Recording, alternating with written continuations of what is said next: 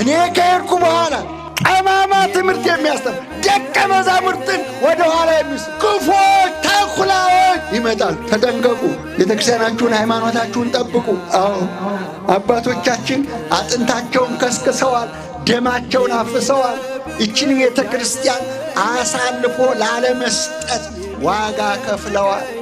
በመጨረሻው ዘመን ራሳቸውን የሚወዱ ትምክህተኞች፣ ተሳዳቢዎች፣ ለወላጆቻቸው የማይታዘዙ፣ እርቅን የማይሰሙ፣ ከዳተኞች፣ ችኩሎች፣ የአምልኮት መልክ ያላቸው ኃይሉን ግን ፈጽመው የካዱ ኃጢአታቸው የተከመረባቸው በቤታው ሾልከው እየገቡ እንዳያስጨንቁ ተጠንቀቅ ይላል። ስለዚህ ለሞት አሳልፈው ይሰጧችኋል። በሸንጎ በአደባባይ ይገርፏችኋል።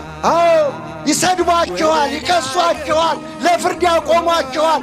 በዚች ሃይማኖት በዚች ቤተ ክርስቲያን ትሰቃያላችሁ ብሎ የነገረን የእኛ ጌታ ኢየሱስ ክርስቶስ ነው። ይሄ ብቻ አይደለም፣ ያርዷችኋል።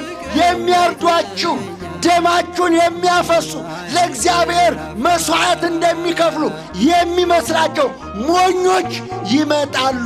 እነዚህ ካህናት ሌሊት ቆመው ጠዋት ኪዳን አድርሰው ቀን ቀድሰው ማታ ሰርክ ጸሎት አድርሰው ኢትዮጵያን ማራት ባለሥልጣኑን ጠብቅ ባሉ ለምን ታረዱ?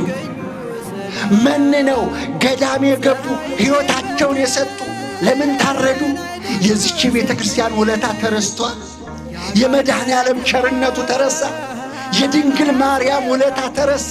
ይሄን አደራ የበላችሁ ወዮላችሁ ወገኖች።